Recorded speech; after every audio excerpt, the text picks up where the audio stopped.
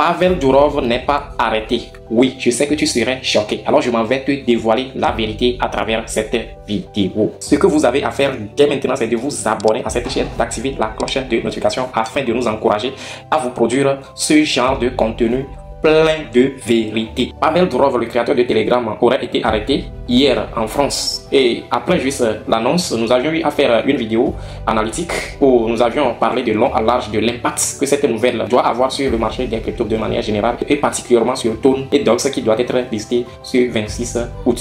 Alors dans cette vidéo, nous allons essayer d'aller un peu plus loin et de voir est-ce réellement Pavel Durov est arrêté ou bien ce sont pas des manipulations médiatiques. Nous allons découvrir tout cela dans cette vidéo. Suis cette vidéo étape par étape jusqu'à la fin. Surtout, ne rate aucune seconde. Je vais te dévoiler la vérité dès maintenant. Suis-moi. Vous savez, dans une société, lorsque vous êtes cette personne qui défend farouchement les valeurs humaines telles que les droits de l'homme, voilà, droit à la liberté d'expression, à la confidentialité et tout ce qui va avec, vous êtes compté parmi les personnes les plus criminelles. Vous êtes la personne la plus recherchée au monde.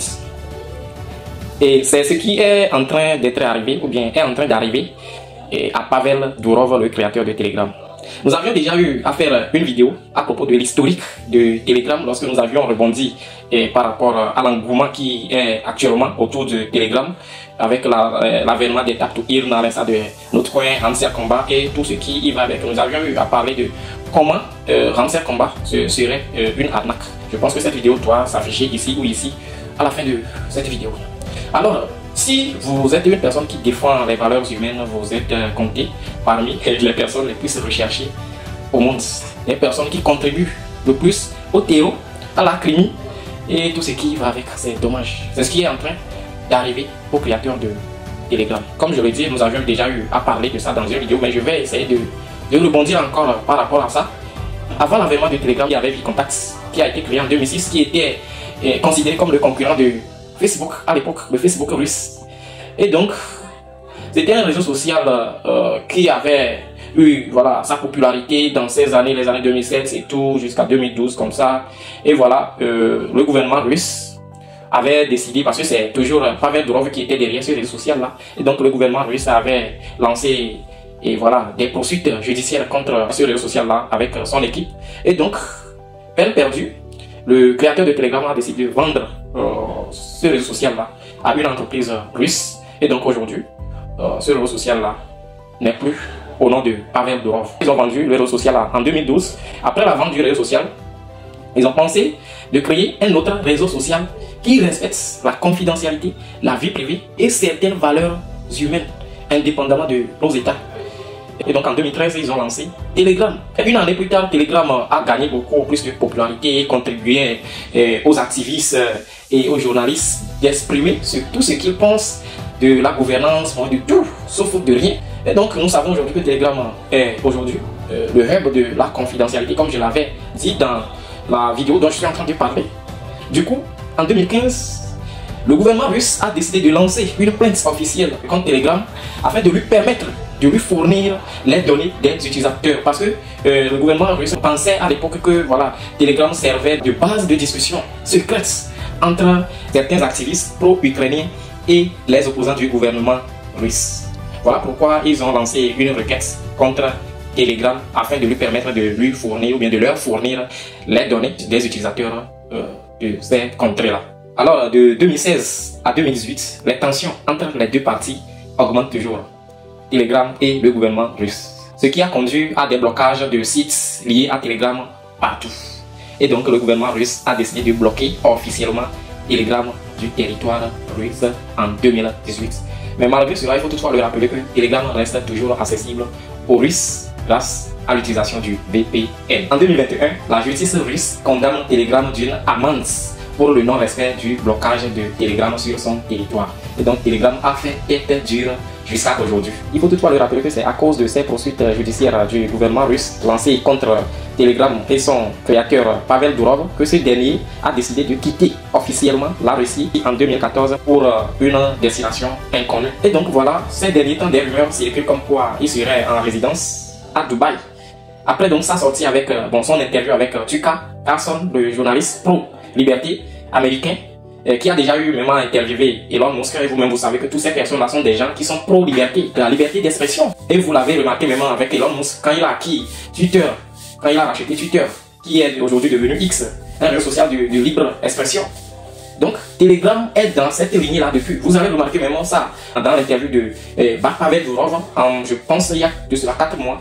Il a eu à recevoir une interview avec Tucker Carlson où il a bel et bien mentionné que voilà, il est bel et bien fan de Elon Musk avec ce qu'il fait avec Twitter, la libre expression et tout. Donc, pour lui, la liberté des individus, la liberté du peuple, la liberté d'expression, pour lui, est capitale que voilà, gagner de l'argent. Donc, il a bien mentionné dans son interview avec Tucker Carlson. Et donc, cette personne, si je parle de cette personne, je parle directement ou indirectement de Pavel Durov. C'est quelqu'un qui a été inspiré des cypherpunks, à l'instar de Nick Szabo, Wei Dai, Adam Back et de Satoshi Nakamoto qui a dernièrement travaillé sur Bitcoin. Donc, ces personnes-là, ce sont des personnes, ces cypherpunks-là sont des personnes qui aiment voilà, la vie privée. Donc aujourd'hui, il faut voilà, un réseau social aujourd'hui qui prône réellement cette liberté d'expression-là.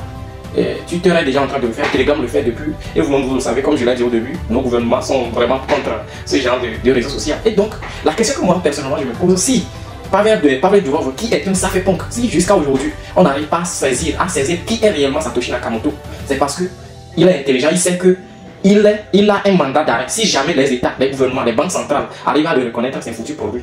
Et donc si Pavel Durov, en tant que cypherpunk, qui est derrière ce grand réseau social, qui prône la liberté d'expression, et lui-même il est très conscient du fait que les gens utilisent ça pour exprimer librement ce qu'ils pensent à propos des gouvernements et tout, pour arnaquer et tout. Mais bien, l'arme est faite pour protéger, mais des gens peuvent utiliser l'arme pour nuire à leur prochain, on est d'accord.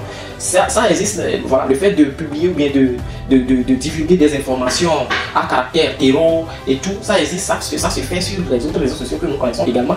Mais si aujourd'hui, Telegram même, ou bien le créateur de Telegram, Pavel Durov même, sait qu'il y a déjà un mandat d'arrêt international qui est contre lui, ou bien qui serait contre lui en France, je ne pense pas qu'il a l'air rentrer librement en France comme ça. Soit il a d'autres, ou bien l'équipe a d'autres idées derrière. Au cas contraire, je ne pense pas que en tant qu'un cypherpunk, il peut normalement circuler librement comme ça, tout en sachant qu'il aurait, ou bien il y a déjà un mandat d'arrêt international contre lui. Bon, au cas échéant, peut-être que c'est l'équipe de Telegram même qui a monté tout cela. Parce que ces derniers temps, avec l'avènement des projets Tap to Earn, il y a beaucoup de yeux, il y a beaucoup d'engouement autour de Telegram. Les gens se disent que non, voilà que Telegram a réussi, actuellement Telegram est populaire et tout. Et vous-même, vous savez, imaginons un gars, peut-être vous connaissez un gars dans le quartier qui, voilà, les gens le pensaient, ou bien les gens le remarquent comme étant le riche du quartier, mais chaque fois, il ne fait que commander, il ne fait que dire, oh, je suis pauvre, donnez-moi un peu, je veux manger. Il crée souvent des rumeurs. Et moi, en tant qu'analyste des faits, je suis en train de voir que peut-être, si ce n'est pas des manipulations médiatiques, ça peut peut-être pas être vrai. Ça peut pas être vrai.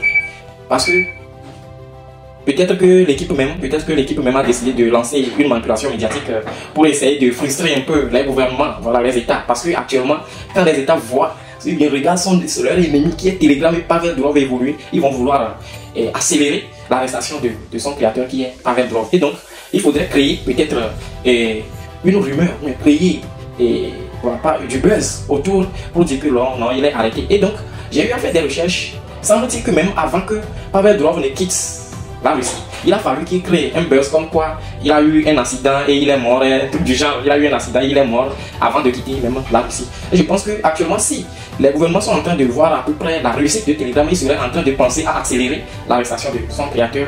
Je pense que c'est cette raison principale même qui a déclenché le phénomène, qui a fait que les créateurs ont peut-être pensé à lancer ce genre de buzz médiatique pour essayer de frustrer un peu, voilà, les gouvernements. Sinon, rien que ça. Parce que jusqu'alors, on dit on a arrêté la personne, mais on ne voit pas de preuves palpables. Ceux qui sont en train de diffuser les informations ne font qu'employer le conditionnel.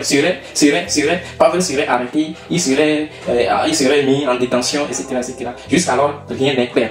Donc l'analyse que nous avons eu à faire hier, c'était juste pour dire que même si la news n'est pas vraie, il faut qu'on le reconnaisse que ça va avoir un impact sur le prix de Tone, bon, sur tout l'écosystème en général, le prix de Tone et donc ce qui doit être listé. Mais les gars, ne soyez pas manipulés. Réfléchissons ensemble à propos des faits, analysons ensemble. Donc voilà à peu près ce que je pense réellement à propos de l'arrestation de Pavel Durov. N'hésitez pas de mettre vos points de vue en commentaire, d'intégrer notre groupe Telegram, le lien en description de la vidéo. de vous abonner à la chaîne si ce n'est pas encore fait, d'activer la cloche de notification. Alors, on se dit à très bientôt. C'était Money Professor.